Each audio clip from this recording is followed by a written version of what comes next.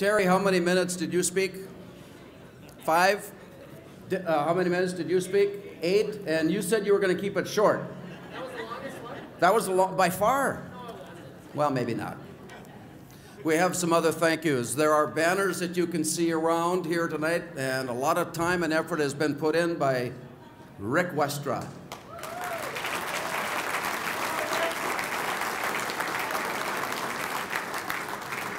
There is more things that are done by a group called Best of Times.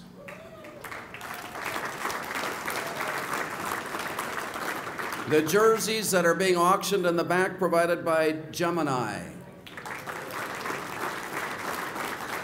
And more artwork and things that go along with promoting this. Please thank Shane Qualabog.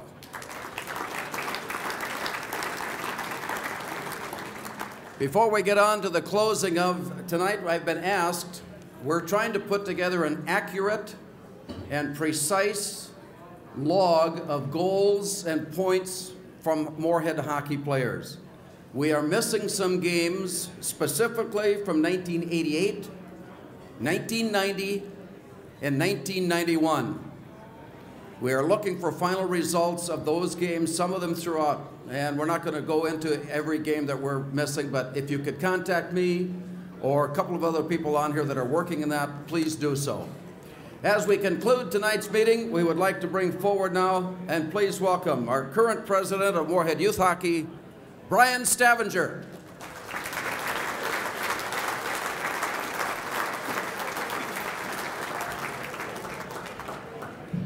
Thank you very much. Apparently, I'm going to talk a lot about myself up here. Well, just a little bit about myself. I am an alumni. I grew up in the program. Highlight in my youth career was in 1994, winning a national Bantam championship. I saw some memorabilia outside. It's a little bit faded now. It has been over 20 years, but what great memories. So in my role as president of Moorhead Youth Hockey, and what I've been asked to talk about tonight is really the future of Moorhead Youth Hockey. I can tell you that future is very bright. You know, with the continued growth that we've had at the youth level, it's really stretched our resources. One of the main things that we've been working on the last year and a half is how are we gonna get into the future, into the next 50 years of Moorhead Hockey. We have a group in the back that is really quite disturbing to the presentation of our speakers here tonight. And as we heard earlier, if you would please either put your mouth together or move to the outside so that we can conclude our program, we would sure appreciate it. Let's give it another try, Brian. Thank you. Where was I? So over the last year and a half, we've really been trying to figure out how are we going to continue this on in the next 50 years. We need someone who can really help us maximize our revenue opportunities, advertising, fundraising. You know, nothing gets done without having revenue coming in. How do we improve communication with our alumni, our members, the community leaders? And what we decided to do, and we just approved it a couple months ago, and we hope to have in place on April 1st, is the first ever executive director of Moorhead Youth Hockey. Tomorrow, if you get the Fargo Forum, you'll see our advertisement. That'll start tomorrow, it'll run for a few weeks. So April 1st, we hope to have someone on board who can dedicate 100% of their time to helping Moorhead Youth Hockey into the future. We've got a ton of volunteers. I'm sure everyone in this room has volunteered in one form or another, but we've all got full-time jobs that we've got to commit to. So we're going to get someone on board who can really help us grow this thing even more. You know, one of the reasons we've had continued growth, and I talk about stretching our resources, as of today we have 536 members of Moorhead Youth Hockey, 18 travel teams, and we now have 31 in-house teams. 10 years ago, when we were celebrating 40 years in this very room, we had 12 travel teams and 18 in-house teams. So it's been just unbelievable growth over just the last 12 years.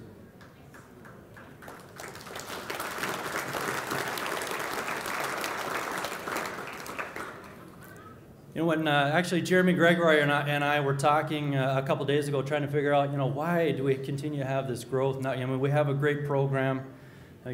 Terry Cullen talked about working hard and having fun. I think we provide an environment for that. You know, but 10 years ago, a tragic event when we lost Scooter Tobolt, his family and the Moorhead Hockey family have turned that into a wonderful Tobolt lease program. And when you think about 10 years ago that started, and the numbers that we have seen grow from the 40th to the 50th, I think that's a direct result of that program, providing all that equipment for the first 4 or 5 years of that skater's career. What a wonderful program and a wonderful example of how we give back.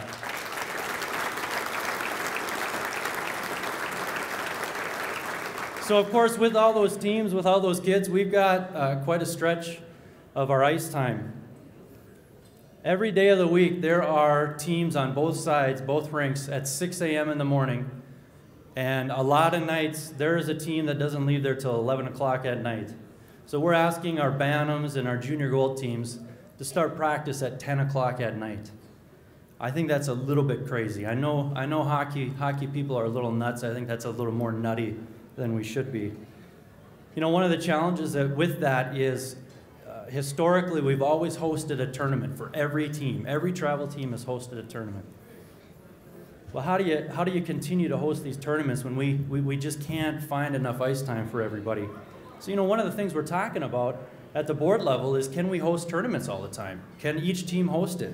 And if we can't, think about the impact on the community, the hotels, the restaurants, all the parents that get together to make these great tournaments happen, and the sense of community that builds. Are we gonna lose that? So really, all what this is turning into is over the next couple of years, and really once we get an executive director in place, what we're going to be talking about is a need for more ice.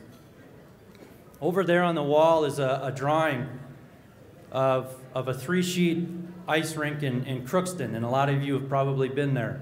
And that's really what we're dreaming of right now. That's what our vision is do we need something like that so we don't have to have kids at the rink till 11 o'clock at night.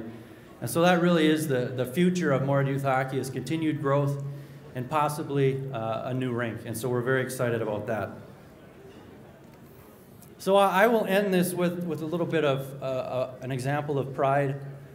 You know, there's so much pride at Moorhead Youth Hockey at the high school level. That's why we're all here. And what we try to do is really instill that pride into the kids that are in the program now so that they can carry it forward into the future. On Thursday of this week, I was driving with my son. I've got a 9-year-old son. He's a squirt. And we were driving along Main Avenue in Moorhead. We're stopped at a stoplight, and he looked up, and there was a billboard. And the billboard had the advertisement for the 50th celebration.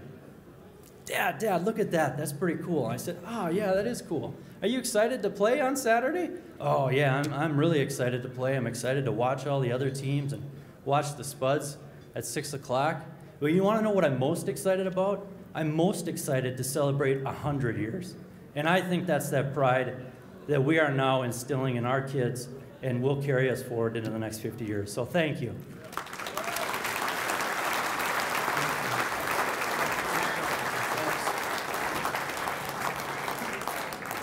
We have one last thank you, and I had a chance last year at the awards banquet that Moorhead Hockey had for last year's senior group to see a representation of his work, and it is outstanding.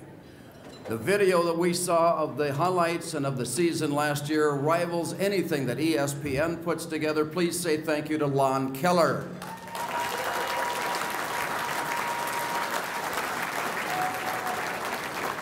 I'm looking off to my left, and I see some people standing by a lot of food that hasn't been eaten. Are we still welcome, Ryan? Very good. Haven't had a chance to eat, now is your time. Let the visiting commence. Thank you. We had a great evening.